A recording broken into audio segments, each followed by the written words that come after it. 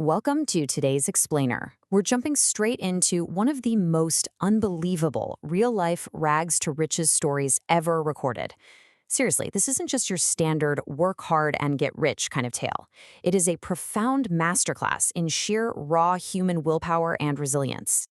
Just think about this for a second.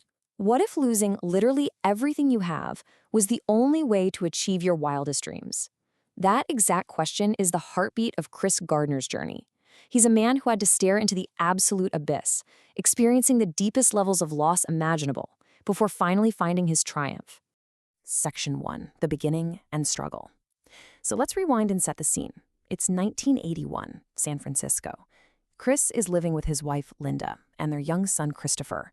And like a lot of us wanting to build a better future, Chris takes a massive risk. He bets his entire life savings on this one difficult business venture that he's absolutely convinced is going to change their lives. The product he went all in on was a bone density scanner. Think of it like a medical device that's priced at twice the cost of your standard X-ray. Because of that hefty price tag, it was incredibly difficult to convince hospital administrators to actually buy it. Chris had to move at least 2 of these machines every single month just to keep a roof over his family's head. But man, his sales had completely flatlined.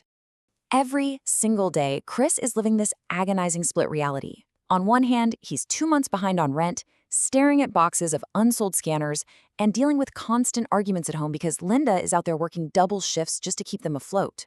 But then, he steps outside and he sees these stockbrokers. They're smiling, they're wealthy, pulling out of shiny corporate buildings and luxury cars. That massive contrast between his absolute financial despair and their obvious joy, that sparked a brand new, wildly ambitious dream in his head. Section 2, a new opportunity. Right then and there, Chris decides he is going to pivot his entire life and become a stockbroker. Now remember, he doesn't have a college degree, and his wife is actively mocking the idea, telling him it's impossible. But you know what? His mind was made up. The chase that followed was just pure chaos. First off, he literally leaves his precious scanner with a random street artist just so he can run inside a building to grab a job application. Later on, he manages to share a cab with a firm manager named Jay. To impress him, Chris solves a Rubik's Cube right there in the back seat, which was a brand new, super difficult puzzle back then. But here's the kicker. He couldn't afford the cab fare, so he literally has to make a run for it. He dashes onto a train to escape the driver, and as the doors close, he loses his scanner. This frantic hustle cost him his inventory and severely damaged his marriage. Ultimately, Linda packs her bags and leaves him. Which brings us to a very specific number, 12. Get this, the day before his massive, life-changing interview, Chris gets arrested for unpaid parking tickets. He spends the entire night in jail. The next morning, he has to run straight to the executive boardroom wearing shabby, paint-splattered clothes. Desperate to save face, he proudly tells the board he was first in his high school class. But when they ask how big the class was, he honestly admits there were only 12 students. Naturally, these executives are staring at this guy in paint-covered clothes, looking incredibly skeptical. But then, Chris drops this brilliant, vulnerable answer. He says, "I am the type of person, if I don't know an answer, I will tell you I don't know, but I know how to find the answer."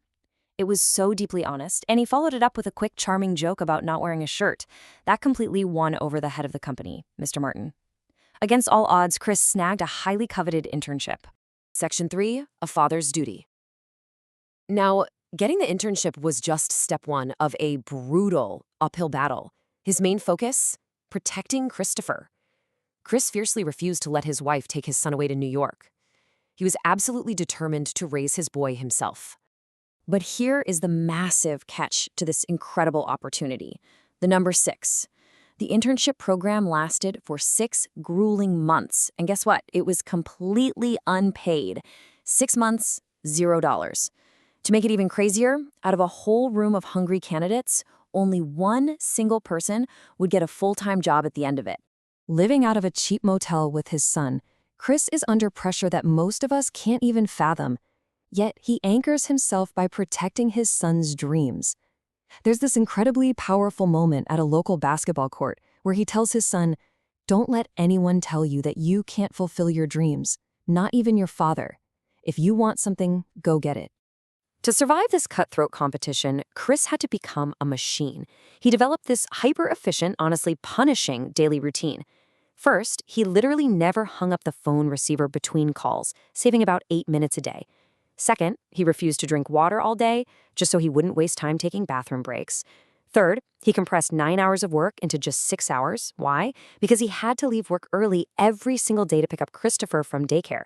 He had to outwork guys with elite degrees and endless resources in a fraction of the time. Section 4. The hardest phase. Despite that unbelievable hustle, Chris was about to hit a wall of hardship that would test the absolute limits of human endurance. It was like an avalanche hit him all at once. The IRS suddenly seizes his bank account for unpaid taxes, totally wiping out what little cash he had to survive. Because of that, he gets kicked out of his motel. He actually manages to track down that stolen scanner from earlier, only to find out it's completely broken. And when he finally swallows his pride to ask friends for a loan, they refuse. Every single safety net vanished, gone, leaving Chris and his young son completely stranded on the streets of San Francisco. So what do you do? What do you do when literally every single door slams shut in your face? For most people, this is the exact moment you'd rightfully surrender. Chris was looking at the absolute lowest, darkest point of his entire life. And it leads to this deeply, deeply heartbreaking reality. Homeless and out of options, Chris makes up a game for his son. He tells them they have a time machine and need to hide from imaginary dinosaurs. He locks them both inside a public subway bathroom for the night. As commuters bang loudly on the door outside, Chris is just sitting there on the dirty floor, clutching his sleeping son, crying silently. He turned their trauma into a game to protect his boy's innocence, completely masking his own crushing despair. From then on, their reality turned into this desperate daily race against the clock. At 3 p.m., Chris would sprint out of his high-pressure Wall Street gig. By 4 p.m., he and his son are waiting in a massive, chaotic line outside a church shelter. If they got lucky, by 8 p.m., they'd secure a bed. If they were late, they slept on the street. And then the next morning, he put on his suit and go right back to work like everything was totally fine. The struggle got so immense that Chris had to take extreme measures. At one point, he literally sells his own blood to a clinic just to raise enough cash to buy a tiny replacement part for that broken scanner. Through nothing but sheer, unfiltered willpower, he fixes the machine, sells it to a doctor, and finally gets enough money so he and his son can sleep in a real hotel room for just one peaceful night. Section 5. The Dawn of Success. After enduring months of this invisible agony, smiling and dialing wealthy clients by day and hiding in shelters by night, the final evaluation day of his brutal internship finally arrived. And on this final day, Chris shows exactly what kind of character he has, and it all comes down to $5. Chris only has a few bucks to his name, but when the big boss, Mr. Martin, realizes he forgot his wallet and needs cab fare, Chris hands over his last $5. He prioritizes integrity and his relationships over his own empty pockets. The very next day, Chris gets called into the executive office. Mr. Martin makes a comment about Chris wearing a nice shirt, and then he drops the life-changing news that makes all of it worth it. He says, "Wear that shirt tomorrow because tomorrow is your first day." Out of everyone, all those connected, highly educated candidates, Chris was the one who secured the single paid position. So, what was the ultimate aftermath? Well, Chris Gardner goes on to become a wildly successful stockbroker. He eventually founds his very own multi-million-dollar brokerage firm, Gardner Rich & Company. His unrelenting work ethic and that deep, unconditional love for his son propelled him all the way from sleeping on a subway bathroom floor to running a multi-million-dollar empire. As we wrap up this explainer, I want you to remember this. Escaping difficulties is easy. Those who fight have the world at their feet. Let this incredible story be your reminder today. No matter how dark the abyss looks, no matter how many doors slam shut in your face, those who absolutely refuse to stop fighting can truly conquer the world. So my question to you is, what are you going to choose to fight for today?